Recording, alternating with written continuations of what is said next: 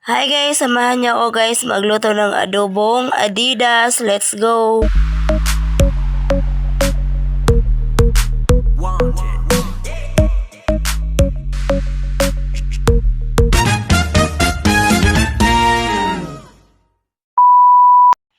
So napagdesisyonan nga namin guys na mag-adobo kami ng Adidas ngayon kaya dali-dali kami nagpunta sa aming baryo para bumili ng Adidas.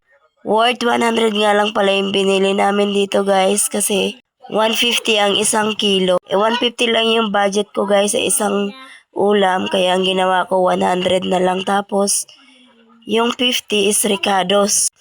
Sobrang mahal na rin talaga guys ng bilihin guys kaya kailangan marunong ka magtipid. Adobo now, tuyo tomorrow. Di pwedeng araw-araw guys masarap ang ulam kasi mangamuti ka talaga. So ayan guys, prepare ko na guys yung Adidas guys. Ta syempre, bago ang lahat tatanggalan ko muna yan guys ng kuko. Syempre, alam nga naman pati kuko kakainin namin.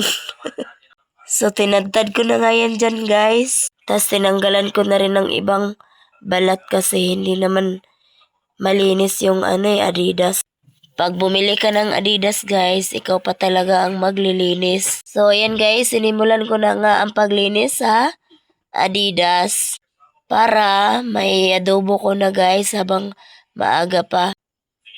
Ayan guys, pasensya na kayo sa aking busis guys. Namamaos na talaga ang person. Tapos ayan guys, tinulungan nga ako ng hipag ko dyan guys. Siya yung tagatanggal ng balat. Ako naman ng tagatanggal ng kuko. At ang isang Adidas guys, sinahati ko sa gitna guys para marami-rami. Kasi binibigyan ko rin kasi guys yung kapatid nila. Para yung isang paa guys, dalawang kainan. Kaya inahati ko siya sa gitna guys kasi para marami. So ayan guys, dali-dali na nga namin tinanggalan ng balat. And of course guys, hindi pwedeng walang sili ang adobo natin. Kasi yan yung mas nagpapasarap sa adobo guys.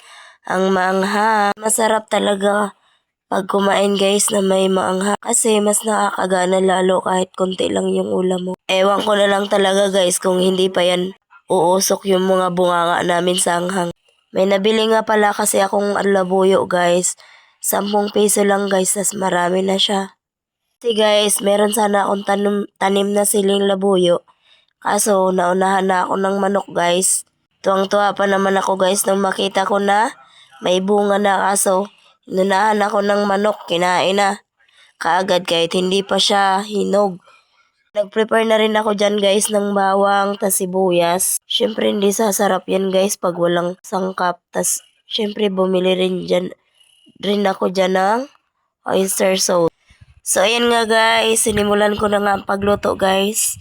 Sa kahoy nga pala ako nagluto guys kasi mas mabilis. Nagharap-harap na nga dyan guys ang apoy guys. Mas masarap talaga guys magluto sa apoy. Bukod sa libre na yung kahoy guys, mas mapadali pa yung gawain. So inuna ko na nga dyan na lutuin guys yung bawang at sibuyas. Tapos di ko na muna sinunod guys yung sili kasi yung anak ko guys, saka yung isa kong hipa guys, ayaw nila kumain na maanghang. So niluto ko na muna guys ang adobo na wala pang anghang. Kaso nilagyan ko ng 2 piraso pero naanghangan pa rin sila. Ano ba yan? Di kasi sila sanay sa maanghang guys. So yan guys, tinimplahan ko na guys ng magic sarap at saka oyster sauce. Kasi yan yung nagpapasarap dyan guys sa timpla. Di nga pala ako gumagamit guys ng bitchin guys. Mas gusto ko talaga magic sarap kasi mas masarap yung lasa niya. Di na ako sanay gumamit ng bitchin. So yan guys, sinalo-halo ko na nga yan guys. Hanggang sa mahilo na yung mga paa dyan. Diyos. Hanggang sa maano yung lasa guys sa lahat. Kailangan mahalo siya ng maayos para magkaroon ng lasa lahat ng paa.